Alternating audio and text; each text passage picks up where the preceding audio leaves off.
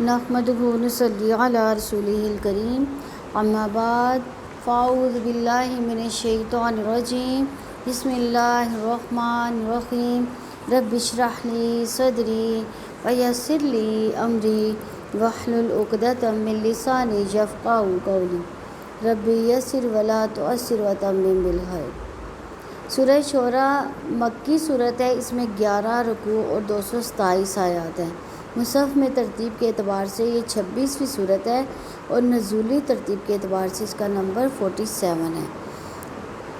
طاسیم میم، یہ حروف مقطعات ہیں جن کے معنی کو کون جانتا ہے؟ اللہ تعالیٰ، یعنی ہم نے ان کے معنی کے پیچھے نہیں بھاگنا۔ تلک آیات الکتاب المبین، یہ واضح کتاب کی آیات ہے، یعنی یہ واضح کتاب کی آیات ہے، یعنی قرآن مجید آیات روشن ہے اور واضح ہے۔ یہ حق اور باطل کو واضح کرتی ہیں، ہدایت اور گمراہی کو واضح کرتی ہے۔ قرآن مجید کے مضامین واضح کرتی ہے، قرآن مجید شریعت کے مقاصد کو واضح کرتا ہے، اور قرآن مجید کی خبر اور حکم واضح اور روشن ہے۔ غور و فکر کرنے والوں کے لیے اس میں کوئی شک نہیں رہ جاتا۔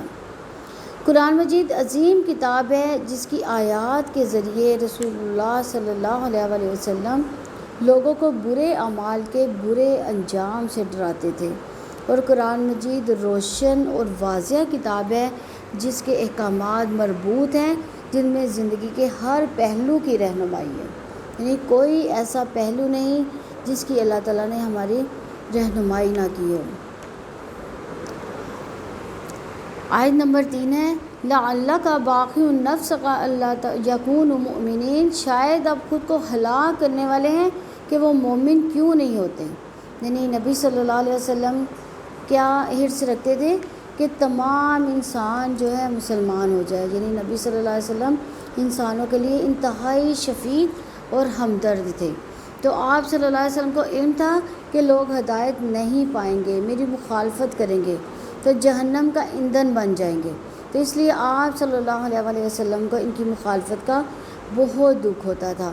تو آپ صلی اللہ علیہ وسلم لوگوں کے ایمان لانے کی اتنی شدید حرص رکھتے تھے کہ ان کے ایمان نہ لانے کا سخت صدمہ ہوتا تھا، جس کا اظہار اس آدمی سے ملتا ہے کہ شاید ان کے غم میں آپ اپنی جان ہی کھو بیٹھیں کہ وہ ایمان کیوں نہیں لاتے۔ تو آپ صلی اللہ علیہ وسلم کو اپنی کوششوں کے نتیجہ خیز نہ ہونے کا بھی دکھ تھا۔ تو لوگوں کے ایمان نہ لانے کی وجہ سے مسلمانوں کی مشکلات میں اضافہ ہو رہا تھا، جو آپ صلی اللہ علیہ وسلم کو صدمے سے دوچار کر رہا تھا۔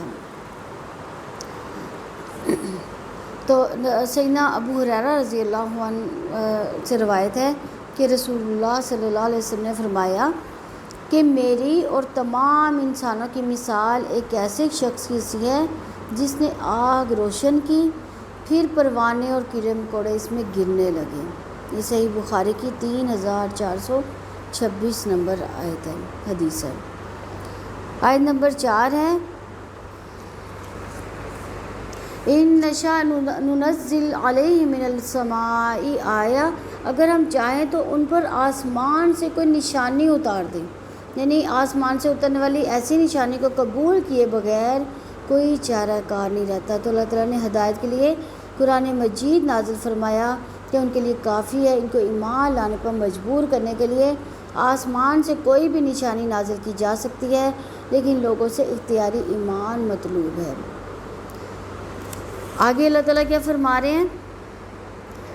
فَذَلَّتْ أَعْنَاقُهُمْ لَهَا خَاضِعِينَ، پھر ان کی گردنیں ان کے سامنے جھکنے والی ہوں گی، یعنی جھٹلانے والوں کی گردنیں کیا ہوگی؟ جھکائی جا سکتی ہیں، جھکی ہوں گی، مگر ان کی ضرورت ہے نہ کوئی فائدہ۔ اس طرح ایمان لانا کسی کو نفع نہ دے گا، یعنی جیسے کہ اللہ تعالیٰ نے قرآن مجید میں سورہ بقرہ میں 256 نمبر آیت میں فرمایا ہے لا اکراہ فی الدین قد تبین الرشد من الغی، دین میں کوئی زبردستی نہیں، یقیناً ہدایت گمراہی سے صاف واضح ہو چکی۔ یعنی نبی صلی اللہ علیہ وسلم کا کیا کام تھا؟ ان کو ہدایت کا راستہ دکھانا، ان کو ہدایت دینا کس کا کام تھا؟ اللہ تعالیٰ کا۔ تو اس لیے ان کو زبردستی دین میں داخل نہیں کر سکتے تھے۔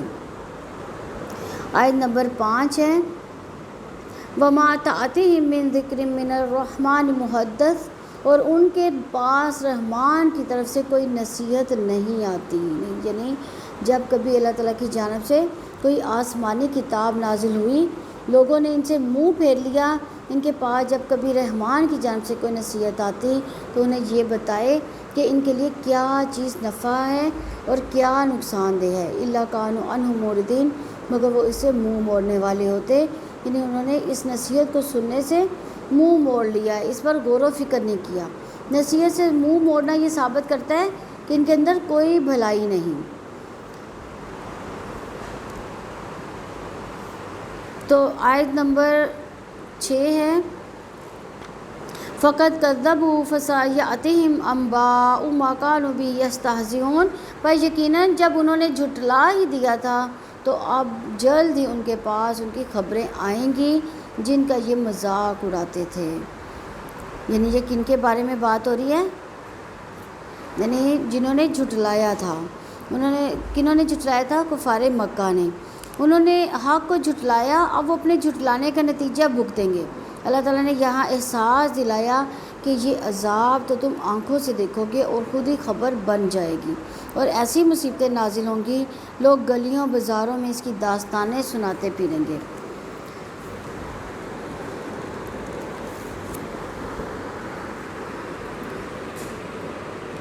آیت نمبر 7 ہے، اولم یروا الی الارض کم انبتنا فیہا من کل زوج کریم، اور کیا انہوں نے زمین کو نہیں دیکھا کہ ہم نے اس کو ہر قسم کی کتنی عمدہ نباتات اگائیں۔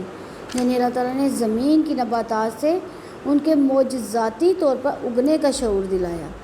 تو رب العزت نے توجہ دلائی کہ جس کے رسول کی مخالفت کی جا رہی ہے، جس کی کتاب کو جھٹلایا جا رہا ہے، وہ سب کمال درجے کا غلبہ رکھتا ہے، اور وہ عظیم قدرت والا ہے جس نے زمین بنائی، پھر نباتات کی تمام قسمیں اگائیں، جس نے جانوروں پودوں کی طرح طرح کے جو جوڑے جوڑے پیدا کیے جو بہت خوبصورت اور بے حد فائدہ رکھتے ہیں۔ تو اللہ تعالیٰ نے لفظ کریم سے یہ توجہ دلائی کہ اللہ تعالیٰ کی ثنائی کو توجہ سے اور عزت سے دیکھو۔ کیا ہم نے کبھی زمین و آسمان اور یہ جو نباتات اگتی ہیں ان پر غور و فکر کبھی کیا؟ اللہ تعالیٰ ہمیں ان پر غور و فکر کی توفیق عطا فرمائے۔ آیت نمبر 8 ہے، ان فی ذلک لآیات، یعنی بے شک اس میں یقیناً نشانیاں ہیں۔ کس میں؟ یعنی یہ پیچھے جو ذکر ہو رہا تھا پودوں کا، زمین کی زندگی اور موت کا، یعنی بے شک پودوں کی زندگی میں، زمین کی زندگی میں موت کے بعد دوبارہ زندگی کی دلیل۔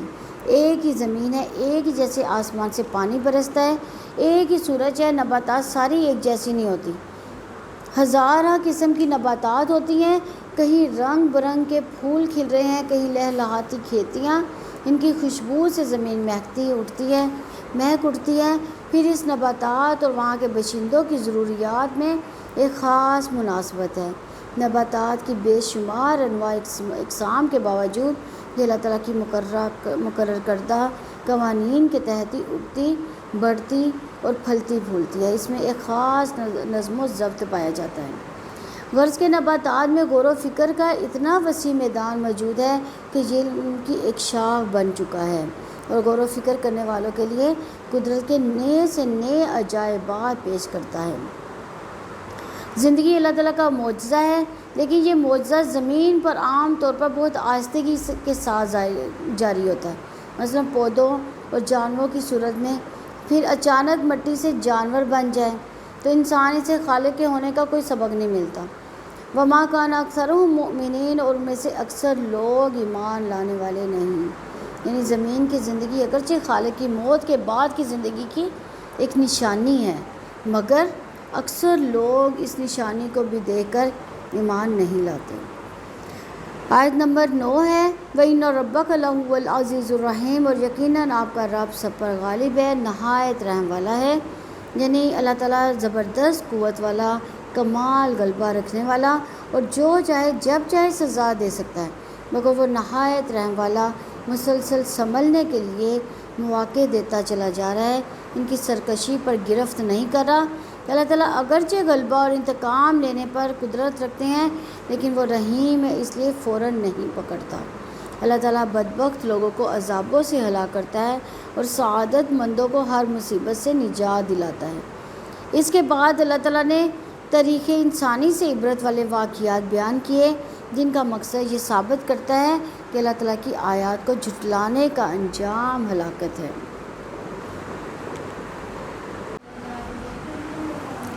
رکوع نمبر 6 ہے سورہ شورى اور پارہ نمبر 19 ہے، اس کی آیت نمبر 10 ہے۔ وَإِذْ نَادَى رَبُّكَ مُوسَىٰ أَنِ ائْتِ الْقَوْمَ الظَّالِمِينَ، اور جب آپ کے رب نے موسیٰ کو پکارا کہ تم ظالم قوم کے پاس جاؤ، یعنی اللہ تعالیٰ نے سیدنا موسیٰ علیہ السلام کو کہاں پہ پکارا تھا؟ کوہ طور پر پکارا تھا۔ تو یہ اس وقت کی ندا ہے جب سیدنا موسیٰ علیہ السلام اپنی بیوی کے ہمراہ واپس آ رہے تھے، راستے میں انہیں سردی سے بچاؤ کے لیے آگ حاصل کرنے کی ضرورت محسوس ہوئی، تو وہ آگ کی تلاش میں کوہ طور پہنچے جہاں ندا سنائی دی۔ رب العزت نے طور کی دائیں جانب سے سیدنا موسیٰ علیہ السلام کو آواز دے کر حکم دیا تھا۔ اس کا بیان ہے کرنے ائتل قوم الظالمین کہ تم ظالم قوم کے پاس جاؤ۔ اللہ تعالیٰ نے کیا پکارا تھا؟ اللہ تعالیٰ نے سیدنا موسیٰ علیہ السلام سے کلام کیا، انہیں اپنا رسول بنا کر حکم دیا کہ فرعون اور اس کے سرداروں کے پاس جا کر انہیں سمجھاؤ کہ وہ اللہ تعالیٰ کی مخلوق پر جبراً مسلط ہیں۔ انہوں نے زمین میں تکبر کر کے ظلم کیا، فرعون نے خدائی کا دعویٰ کر کے ظلم کیا۔ ظالم قوم کے پاس جاؤ، یعنی ظالموں کو اللہ تعالیٰ کا پیغام پہنچاؤ۔ ان الفاظ سے اللہ تعالیٰ نے سیدنا موسیٰ علیہ السلام کو نبوت عطا کی۔ سیدنا موسیٰ علیہ السلام کو فرعون اس کی قوم کی طرف بھیجا گیا تھا جنہوں نے کفر و شرک کر کے اپنے اوپر ظلم کیا تھا۔ یہ قوم بنی اسرائیل پر بھی ظلم کرتی تھی، ان کے لڑکوں کو فرعون مار ڈالتا تھا اور لڑکیوں کو زندہ رہنے دیتا تھا۔ تو اللہ تبارک و تعالیٰ نے قرآن مجید میں موسیٰ علیہ السلام کی مدح ثنا، اس کے واقعات کا بار بار ذکر کیا ہے۔ اتنا کسی اور واقعے کو بیان نہیں فرمایا جتنا سیدنا موسیٰ علیہ السلام کا واقعہ فرمایا، کیونکہ موسیٰ علیہ السلام کا قصہ عظیم حکمتوں اور عبرتوں پر مشتمل ہے، اور اس قصے میں اہل ایمان اور اہل کفر کے ساتھ سیدنا موسیٰ علیہ السلام کے طرز عمل کی تفصیل ہے۔ نیز موسیٰ علیہ السلام صاحب شریعت کبریٰ اور صاحب تورات تھے، جو قرآن عظیم کے سب سے افضل کتاب ہے، اور فرمایا کہ سیدنا جو قرآن عظیم کے بعد جو ہے سب سے عظیم کتاب ہے۔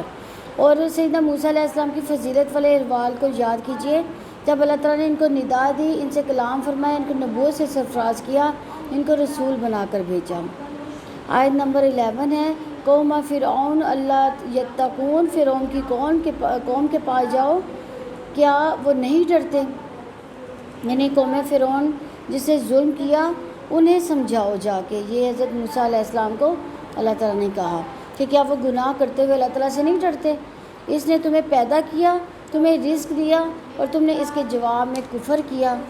آیت نمبر 12 ہے قال ربی انی اخاف ان یکذبون، اس نے کہا اے میرے رب یقیناً میں ڈرتا ہوں کہ وہ مجھے جھٹلا دیں گے۔ یہ کون کہہ رہا ہے؟ حضرت موسیٰ علیہ السلام کہ اے میرے رب یقیناً میں ڈرتا ہوں کہ وہ مجھے جھٹلائیں گے۔ کلیم اللہ نے اپنی بشری کمزوری کو سامنے رکھا کہ مجھے ڈر لگتا ہے کہ فرعون اس کے سردار مجھے جھوٹا سمجھیں گے اور وہ مجھے جھٹلا دیں گے۔ آیت نمبر 13 ہے وضیق صدری، اور میرا سینہ تنگ ہو رہا ہے، یعنی سیدنا موسیٰ علیہ السلام کو تو خوف محسوس ہوا، اور اس بات کا خوف تھا کہ فرعون نہایت سرکش ہے، مجھے جھٹلائے گا، تو اس خوف سے اس کے اندر گھٹن آ رہی تھی۔ سیدنا موسیٰ علیہ السلام کی گھٹن کا ایک سبب یہ بھی تھا کہ پیغام نہیں پہنچایا، اور یعنی پہنچا پاؤں گا تو بلا جن تلیق لسانی، اور میری زبان چل نہیں رہی۔ کیوں نہیں پہنچا سکیں گے؟ کہ میری زبان نہیں چل رہی، اس وجہ سے، اس سے مراد کہ میں اپنی زبان زیادہ کھول کر بیان نہیں کر سکتا۔ سیدنا موسیٰ علیہ السلام کے بارے میں اہل تفسیر یہ کہتے ہیں کہ ان کی زبان پر انگارہ رکھ دیا گیا تھا، جس کی وجہ سے لکنت پیدا ہو گئی تھی، اور اسی وجہ سے سیدنا موسیٰ علیہ السلام نے دعا کی، جس کا ذکر جو ہے سورہ طٰہٰ میں بھی ہے۔ فَأَرْسِلْ إِلَىٰ ہارون، لہٰذا آپ ہارون کی طرف وحی بھیج دیں۔ یعنی سیدنا موسیٰ علیہ السلام نے ذمہ داری کو اٹھانے کے لیے معاون سوال کیا کیا کہ ہارون کے پاس اپنی وحی بھیج دیں، یعنی اس کو بھی میرا جو ہے وہ مددگار بنا دیں۔ تو سیدنا موسیٰ علیہ السلام چاہتے تھے کہ معروف ہوئے بغیر تبلیغ کر سکیں، اس لیے انہوں نے ایک طرف شرح صدر یعنی زبان کی گرہ کھولنے اور کام کی آسانی کے لیے دعا کی، دوسری طرف سیدنا ہارون علیہ السلام کی طرف وحی رسالت بھیجنے کا مطالبہ کیا تاکہ ظالموں سے وہ کچھ بھی کہنا چاہیں یعنی سیدنا ہارون علیہ السلام اسے ان کے دلوں کے اندر اتار دیں۔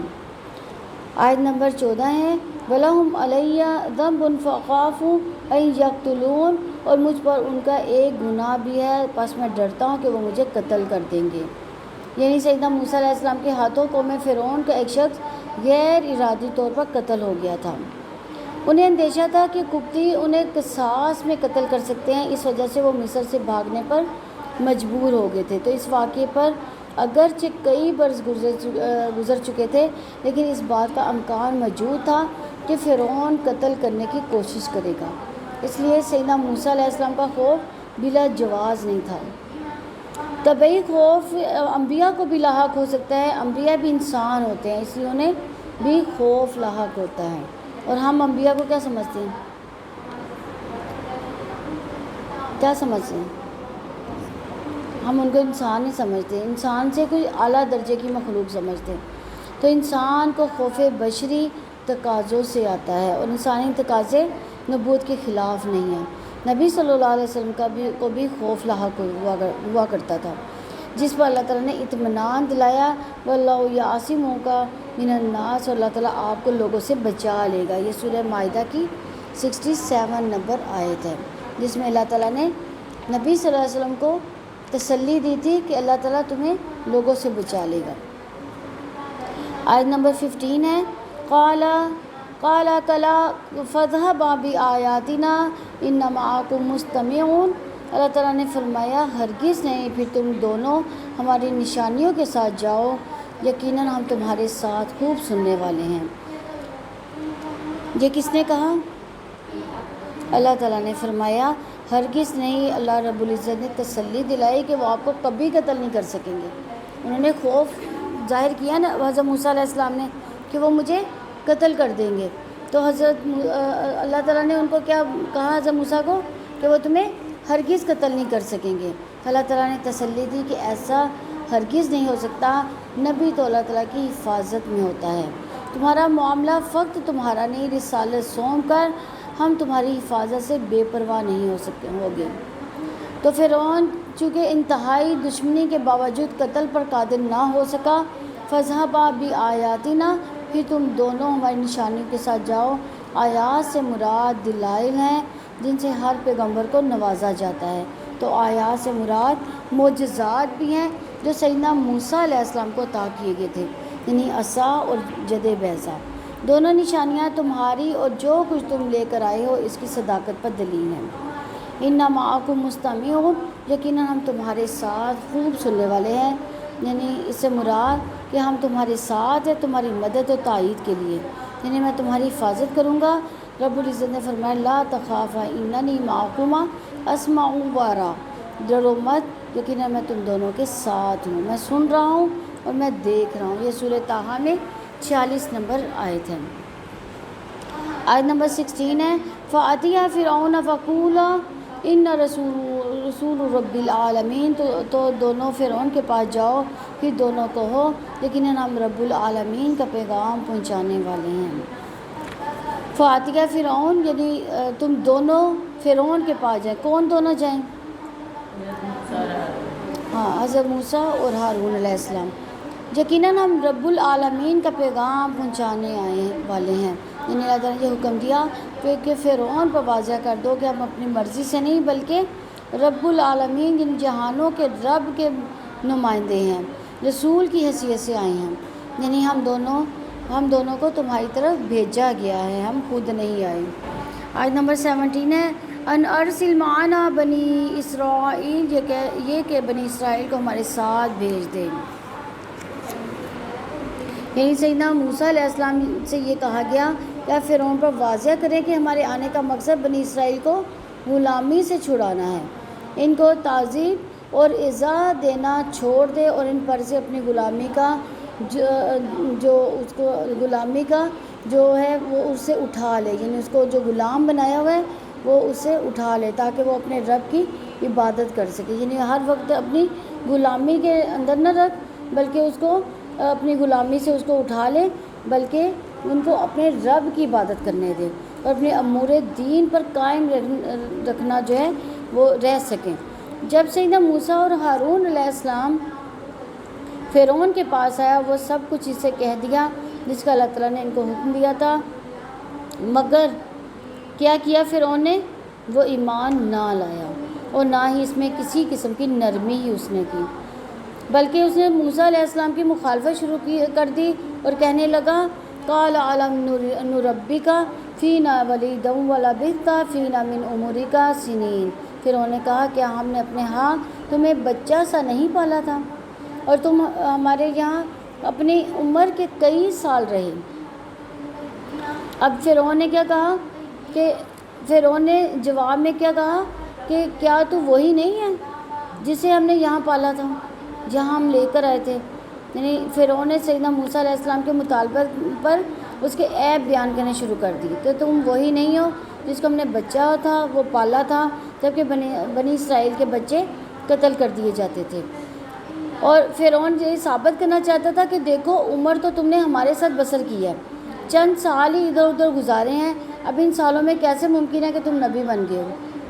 فرعون یہ ثابت کرنا چاہتا تھا کہ نبوت کا دعویٰ سچا نہیں ہے۔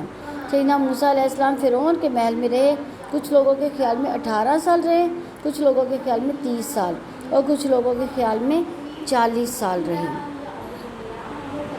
آیت نمبر 19 ہے وَفَعَلْتَ فَعَلْتَكَ الَّتِي فَعَلْتَ، اور تم نے اپنا وہ کام کیا جو تم نے نہیں کیا، تم نے کیا تھا۔ یعنی فرعون نے کہا کہ ہم تمہیں پالتے رہے، ہمارا نمک کھا کر تم نے ہمارے ہی آدمی کو مار ڈالا اور تم نے تو ہماری بھی ناشکری کی تھی، تو تم نے ایک کبتی کو قتل کر دیا تھا، وَأَنْتَ مِنَ الْكَافِرِينَ، اور تم ناشکروں میں سے ہو۔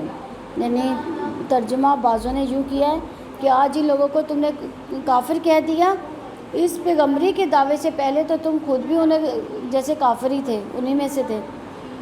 نعوذ باللہ، فرعون کی اس گفتگو سے ضمناً یہ بھی نتیجہ نکلتا ہے کہ یہ فرعون وہ فرعون تھا جس نے سیدنا موسیٰ علیہ السلام کی تربیت کی تھی، بلکہ یہ اس کا بیٹا تھا، ورنہ وہ ہم نے پرورش کرنے کی بجائے میں نے پرورش کی تھی کہتا، یعنی ہم کی بجائے میں کا لفظ استعمال کرتا ہے، اس لیے یہ کہا گیا ہے کہ یہ وہ فرعون نہیں تھا، یعنی اس کا آگے بیٹا تھا۔ آیت نمبر 20 ہے قَالَ فَعَلْتُهَا إِذًا وَأَنَا مِنَ الضَّالِّينَ۔ موسیٰ نے کہا میں نے یہ کام تب کیا تھا کہ جب میں راستہ گم کرنے والوں میں سے تھا۔ آگے سیدنا موسیٰ علیہ السلام نے جواب دیا کہ میں نے اس وقت یہ قتل کیا تھا جب میرے پاس نبوت کی ہدایت نہیں تھی، جبکہ میرے پاس وحی کے علم کی روشنی نہیں تھی۔ یہ قتل ارادے سے نہیں کیا گیا تھا، ایک گھونسے سے موت واقع ہو گئی تھی، یعنی میں نے وہ قتل کفر کی بنا پر نہیں کیا تھا، وہ خطا اور نادانی کے باعث ہوا، بس میں اپنے رب سے مغفرت طلب کی تو اس نے مجھے معاف کر دیا، یعنی وہ تو اللہ تعالیٰ نے مجھے پہلے ہی معاف کر دیا ہے۔ آیت نمبر 21 ہے فَفَرَرْتُ مِنْكُمْ لَمَّا خِفْتُكُمْ، پھر جب مجھے تم سے ڈر لگا تو میں تم سے بھاگ گیا، یعنی اس قتل کے بجائے، یعنی جو میں نے نادانی میں کیا تھا، جو مجھے بلا ارادہ ہوا تھا، میں تمہارے ڈر سے کہ مجھے قتل کر دو گے مدین کی طرف بھاگ کر چلا گیا، وہاں کئی سال رہا، پھر اب میں تمہارے پاس نئے دور میں آیا ہوں۔ فَوَهَبَ لِي رَبِّي حُکْمًا، پھر میرے رب نے مجھے حکمت عطا کی، یعنی میرے رب نے مجھے نفع مند علم عطا فرمایا ہے۔ اور حمید بن عبد الرحمن رحمہ اللہ نے کہا کہ میں نے معاویہ رضی اللہ عنہ سے سنا، وہ خطبہ میں فرما رہے تھے کہ میں نے رسول اللہ صلی اللہ علیہ وسلم کو یہ فرماتے ہوئے سنا کہ جس شخص کے ساتھ اللہ تعالیٰ بھلائی کا ارادہ کرے اس کے دین کی سمجھ عنایت فرما دیتا ہے، اور میں تو محض تقسیم کرنے والا ہوں اور دینے والا تو اللہ تعالیٰ ہے، اور یہ امت ہمیشہ اللہ تعالیٰ کے حکم پر قائم رہے گی، اور جو شخص اس کی مخالفت کرے گا انہیں نقصان نہیں پہنچا سکے گا۔ یہاں تک کہ اللہ تعالیٰ کا حکم قیامت آ جائے اور یہ عالم فنا ہو جائے گا۔ یہ صحیح بخاری کی 71 نمبر حدیث ہے۔ وجعلنی من المرسلین، اور مجھے رسولوں میں سے بنایا، یعنی میں رسول ہونے کی حیثیت سے تمہارے پاس آیا، اور اگر تم اطاعت کرو گے تو سلامت رہو گے ورنہ ہلاک ہو جاؤ گے۔ آیت نمبر 22 ہے، وَتِلْكَ نِعْمَةٌ تَمُنُّهَا عَلَيَّ أَنْ عَبَدْتَ بَنِي اسرائیل، اور یہی وہ احسان ہے جو تم مجھ پر جتا رہے ہو کہ تم نے بنی اسرائیل کو غلام بنا رکھا ہے۔ یعنی سیدنا موسیٰ علیہ السلام نے کہا کہ تمہارے احسانات کی حقیقت یہ ہے کہ تم نے میری پرورش کی، مجھے آزاد رکھا، لیکن میری قوم کو غلام بنا کر رکھا۔ تیرے محل میں میری پرورش بھی اسی وجہ سے ہوئی کہ تم لوگ بنی اسرائیل کے لڑکوں کو قتل کر دیتے تھے، اور میری ماں نے مجھے اس صندوق میں بند کر کے دریا میں اس لیے بہایا تھا۔ آیت نمبر 23 ہے، قال فرعون وما رب العالمین، فرعون نے کہا اور رب العالمین کیا ہے؟ یعنی فرعون نے فوری تکبر سے کہا کہ یہ رب العالمین کون ہے، کیونکہ اس نے اپنی قوم کو سمجھا رکھا تھا کہ وہی ان کا معبود ہے، اس لیے اس نے تکبر کیا اس بات پر۔ تو رب العالمین کیا چیز ہوتی ہے؟ میری موجودگی میں کسی اور رب کا نام لینا کیا معنی رکھتا ہے؟ کیونکہ اس شقی ازلی کا دعویٰ تو اپنی قوم سے روبرو یہ تھا کہ ما علمت لکم من الہ غیری، میں اپنے سوا تمہاری کوئی معبود نہیں سمجھتا۔ یعنی اس وقت وہی بادشاہ بن سکتا تھا جو یہ بتا دیتا کہ میں ہی تم لوگوں کا رب ہوں۔ اور پھر کہا انا ربکم الاعلی، تمہارا رب یعنی تمہارا پروردگار میں ہوں۔ یہ کس نے کہا تھا؟ یہ فرعون نے کہا تھا۔ چنانچہ اس کی قوم کے لوگ بعض تو انتہائی جہالت سے، بعض بغض اور خوف اور طمع سے اس کی پرستی کرتے تھے، گویا دل میں اس کے ملعون کو بھی خدا کی ہستی کا یقین تھا، لیکن پھر بھی اس کو کیا تھا؟ اس کی پوجا کرتے تھے۔ فرعون نے اپنی پوری مملکت کے وسائل جو معاش اور قبضے میں لے رکھے تھے، اسی لحاظ سے وہ اپنے آپ کو اپنی رعیت کا پروردگار اور رب سمجھ بیٹھا تھا، اور اپنے اعلیٰ رب ہونے کا دعویٰ بھی کرتا تھا۔ اس نے ملک بھر میں اپنے مجسمے نصب کروا رکھے تھے جس کی پوجا کی جاتی تھی۔ اس نے اپنے رعیت کے ذہنوں میں یہ بات راسخ کروا دی تھی کہ اس کا پرورش کنندہ میں ہی ہوں۔ آیت نمبر 24 ہے، قال رب السماوات والارض وما بینہما ان کنتم موقنین، موسیٰ نے کہا آسمانوں کا زمین کا ان کا بھی رب جو ان کے درمیان ہے اگر تم یقین کرنے والے ہو۔ یعنی موسیٰ نے کیا کہا کہ سیدنا موسیٰ علیہ السلام نے کسی جھنجھلاہٹ کے بغیر معتدل انداز میں جواب دیا۔ کیا کہا کہ اگر تم یقین کرنے والے ہو، یعنی جس نے عالم علوی اور عالم سفلی کو پیدا کیا، مختلف تدابیر کے ذریعے ان کا انتظام کیا اور مختلف طریقوں سے ان کی تربیت کی، اے مخاطب لوگوں، تم کائنات اور زمین و آسمان کو پیدا کرنے والے کا کیوں کر انکار کر سکتے ہو؟ تو قالا فمن ربکم موسیٰ قال ربنا الذی اعطی کل شیء خلقہ ثم ہدی، فرعون نے کہا تو تم دونوں کا رب کون ہے موسیٰ؟ موسیٰ نے کہا ہمارا رب وہ ہے جس نے ہر چیز کو اس کی صورت عطا کی پھر اسے راستہ دکھایا۔ یہ سورہ طٰہٰ میں 49 اور 50 نمبر حدیث آیت ہے۔ آیت نمبر 25 ہے، قال لمن حولہ الا تستمعوا، فرعون نے اپنے ارد گرد والوں سے کہا کیا تم سنتے نہیں ہو؟ فرعون نے تکبر میں ڈوبے ہوئے لہجے سے کہا تھا، یہ کیا کہا تھا کہ یہ شخص جو کہہ رہا کیا تم وہ سنتے نہیں ہو؟ آیت نمبر 26 ہے، قال ربکم ورب آبائکم الاولین، موسیٰ نے کہا وہ تمہارا رب ہے، تمہارے پہلے باپ دادا کا رب ہے۔ یعنی موسیٰ نے فوری کہا، سیدنا موسیٰ علیہ السلام نے رب کے تعارف کے سلسلے میں فوری ہی جواب دیا کہ وہ تو تمہارا رب بھی ہے اور تمہارے آباء و اجداد کا بھی رب ہے۔ آیت نمبر 27 ہے، قال ان رسولکم الذی ارسل الیکم لمجنون، فرعون نے کہا تمہاری طرف سے رسول بھیجا گیا یقیناً وہ مجنون ہے۔ یعنی کس نے کہا؟ فرعون نے کہا، فرعون نے مشتعل ہو کر سیدنا موسیٰ علیہ السلام کو دیوانہ قرار دے دیا۔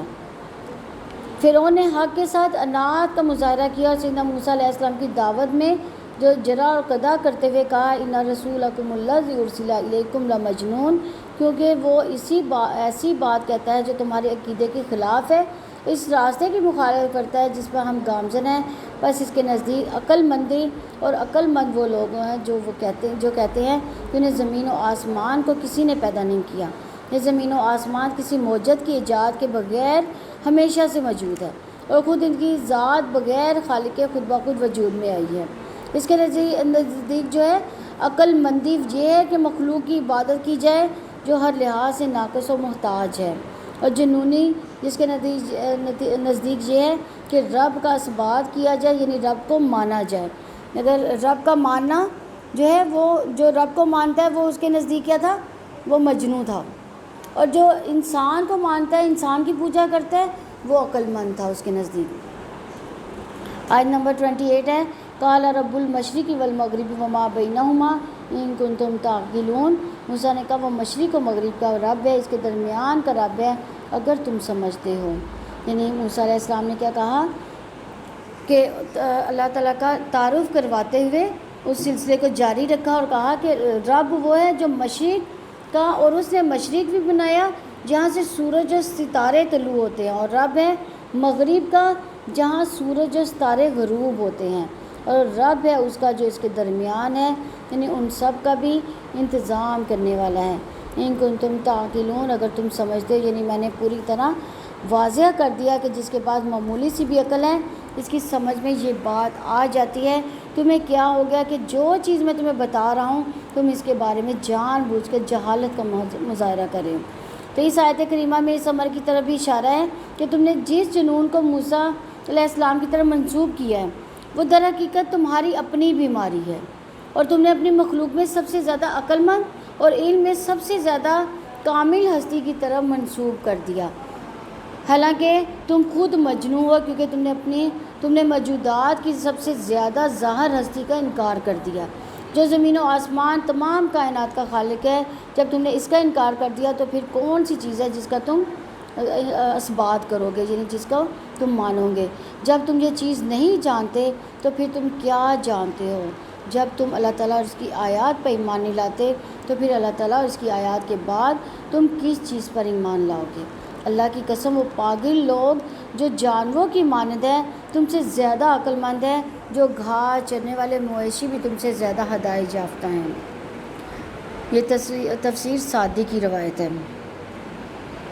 آیت نمبر 29 ہے قال الا ان اتخذت الہا غیری، فرعون نے کہا اگر تم نے میرے سوا کسی کو معبود بنایا، یعنی فرعون نے جب دیکھا کہ سیدنا موسیٰ علیہ السلام معقول دلائل سے رب العالمین کی ربوبیت کی وضاحت کر رہے ہیں تو اس سے کوئی جواب نہیں بن پا رہا، تو اس نے دلائل دینے کی بجائے دھمکی کا راستہ اختیار کرنا شروع کر دیا۔